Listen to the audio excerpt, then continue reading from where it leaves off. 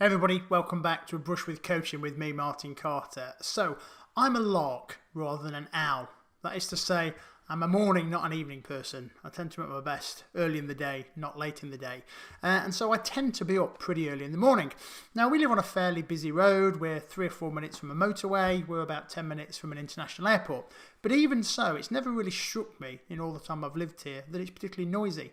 But one thing that's really struck me in the weeks that we've been in lockdown is just how much birdsong I'm hearing. Now, it might just be my imagination, but it seems that it's louder, it's denser, and that there's more of it, and it's more diverse, and that there seems to be a greater variety of birdsong that I'm hearing. And as I lay there the other morning listening to this most amazing dawn chorus, I was reminded of a quote by the poet Henry van Dyke, who said, "Use what talents you possess. The woods would be very silent if no birds sang there, except those that sang best."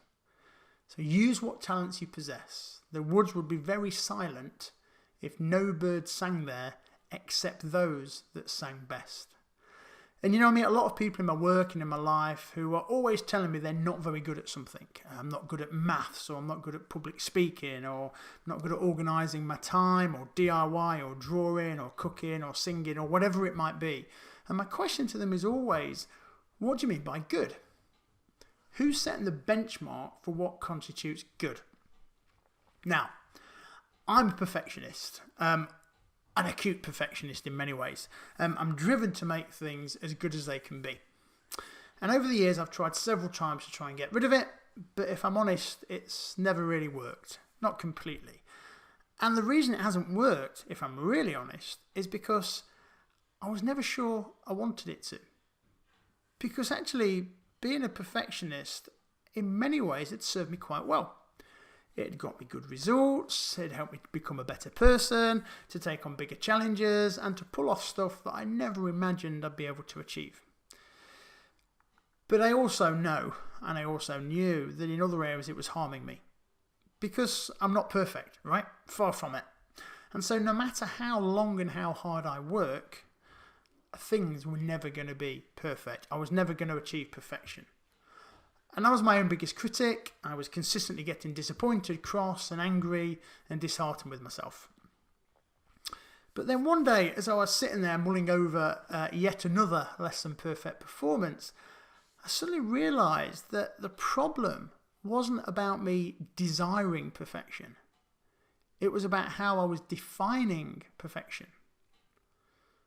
Let me say that again. It wasn't that about me desiring perfection. It was about how I was defining perfection.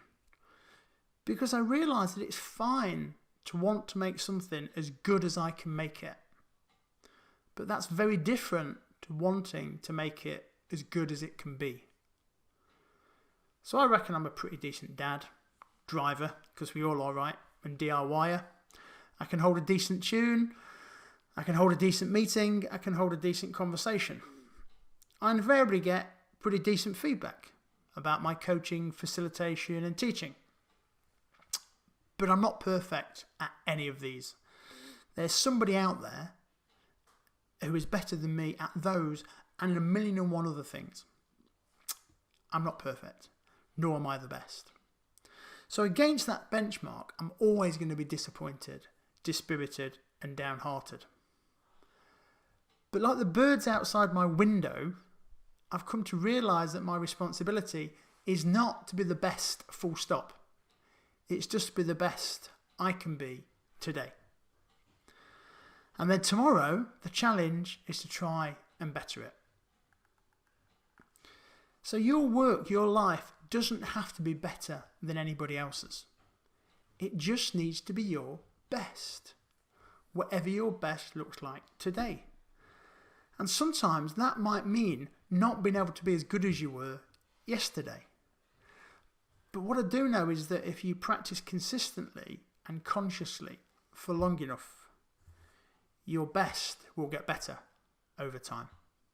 So the competition isn't against anybody else. The competition is against ourselves and how can we be the best version of us today. And what I know is that one way we're at our best is when we're doing what we love. So use your talents, however meagre they may seem. Do what you love. Do what brings you joy. Do what brings you alive. Whatever those things are, do it, go for it, and use your talents. Because the world needs to hear your song. Because the day is richer and brighter and more vibrant for it. So enjoy singing today, wherever you may be.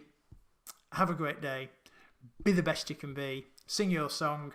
And I'll see you back here soon for another Brush with Coaching. Until then, go well. Take care. Bye-bye.